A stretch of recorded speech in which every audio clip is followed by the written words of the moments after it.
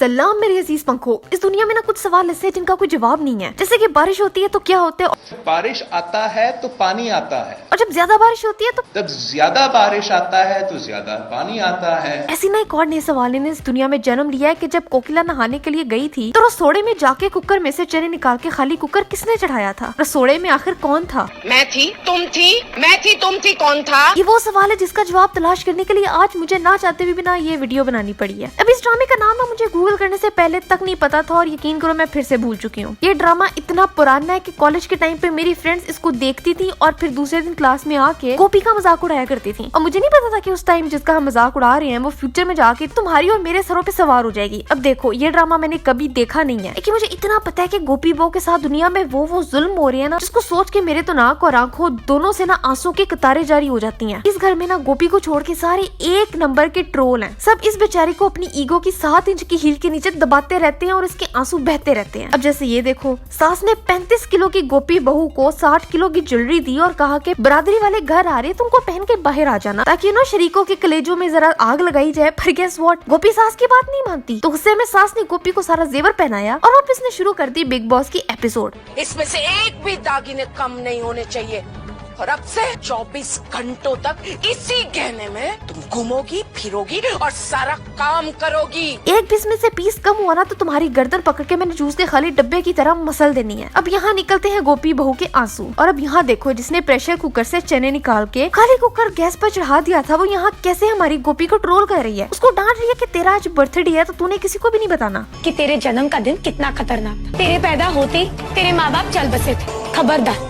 खबरदार अगर घर में किसी को भी बताया तो कि आज तेरा जन्मदिन। और यहाँ मेरी गोपी के आंसू फिर से बहने लग पड़े। नहीं तसो ए कोई गल है, लेकिन अब ना ये यहाँ पे भी नहीं रुकी। गोपी के मोटे मोटे आंसू भी उसको कुछ नहीं कह पाए और ये किरली के मुंह वाले दोबारा से उसको ट्रोल करने लग जाती है कि देख तू तो है जाहिल, इसलिए मैं तुझे बताती हूँ कि अगर किसी को शुक्रिया कहना हो तो उसको इंग्लिश में क्या कहना चाहिए। You are a fool.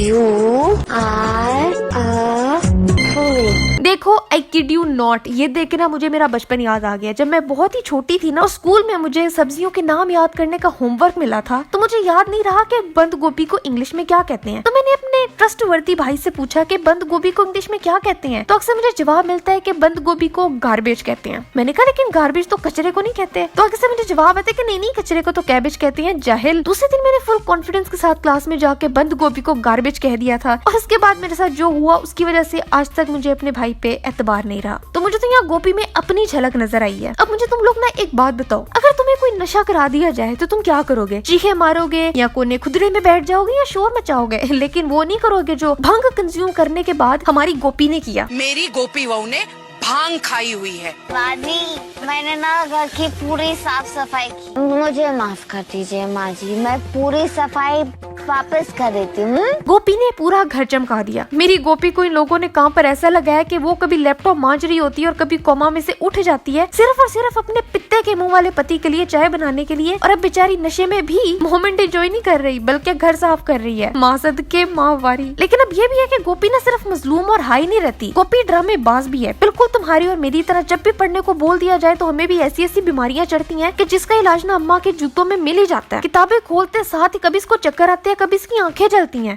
मेरी आंखें जल रही, मेरी आंख नहीं खुल रही, और कभी इसको केबल देख के पढ़ना होता है। ये क्या हो रहा है? परसों तुम्हारे एग्जाम हैं और पढ़ाई करने की बजाय तुम यहाँ टीवी देखकर अपना टाइम वेस्ट कर रही हो। मैं केबल देख के पढ़ाई कर रही थी। केबल देखकर कौन सी पढ़ाई होती है? फिर ये पकड़ी जाती है और फिर सास और कसम से रच के बिस्त होती है। वैसे I feel really bad for her. अब देखो ना ज्यादातर लड़कियां शादी सिर्फ इसलिए करती हैं कि उनकी पढ़ाई से जान छूट जाएगी। लेकिन अगर शादी के बाद भी ससुराल वाले पढ़ाई पर लगा दे तो बंदा नींद की गोलियां और हाजमोला एक साथ पूरी बोतल क्यों ना खा ले। ऊपर से फिर गोपी का पिता भी उसे ऐसे बिहेव करते जैसे वो उसकी बीवी नहीं है बल्कि ट्यूशन पढ़ने आने वाला वो बच्चा जो कि कभी भी टाइम पे फीस नहीं देता, और जब भी फीस मांगोगी तो उसके टसवे कभी बंद नहीं होंगे। हाँ तो होला रखो यार, बेचारी मेरी गोपी का मुंह पिचके हुए किन्नू जैसा हो गया है। कब तक बेचारी इन सबको सहती रहेगी? लेकिन मेरा ख्याल है ड्रामा 2017 में खत्म हो गया था। खैर मैं सोच रही हूँ कि मैं ये ड्रामा देखना शुरू कर दूं, लेकिन मैं गोपी पे होता हुआ जुल्म नहीं देख सकती। लेकिन मुझे तुम लोग बताओ कि क्या तुमने इस ड्रामे को देखा है, और अगर देखा है तो क्यों देखा है? मतलब जिंदगी में करने के लिए कोई और काम नहीं है? अब देख ही लिया तो यार मुझे नीचे कॉमेंट्स में ना अपना गोपी का कोई फेवरेट सीन बताओ कि क्या होता है, इसको ढूंढ के ना जरूर देखूंगी। और आज के लिए बस इतना ही था। मेरी लास्ट वीडियो ये रही। यहाँ देखो सब्सक्राइब यहाँ करो, मैं दूसरा चैनल गोलोटिस को भी सब्सक्राइब करो।